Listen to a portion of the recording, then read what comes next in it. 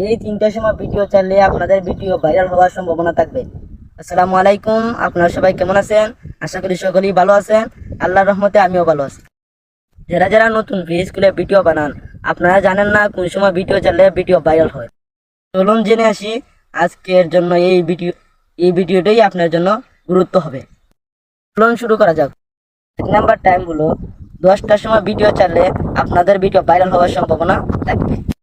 দ্বিতীয় টাইমটা হলো দুপুর 1টার সময় একটা ভিডিও ছাড়বেন।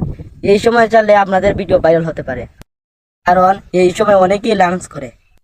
তৃতীয় সময় হলো বিকাল 6টার সময় ভিডিও চাইলে ভিডিও ভাইরাল হতে পারে, কারণ এই সময়েই অনেক মানুষ অফিস আদালত থেকে বাড়ি ফিরে।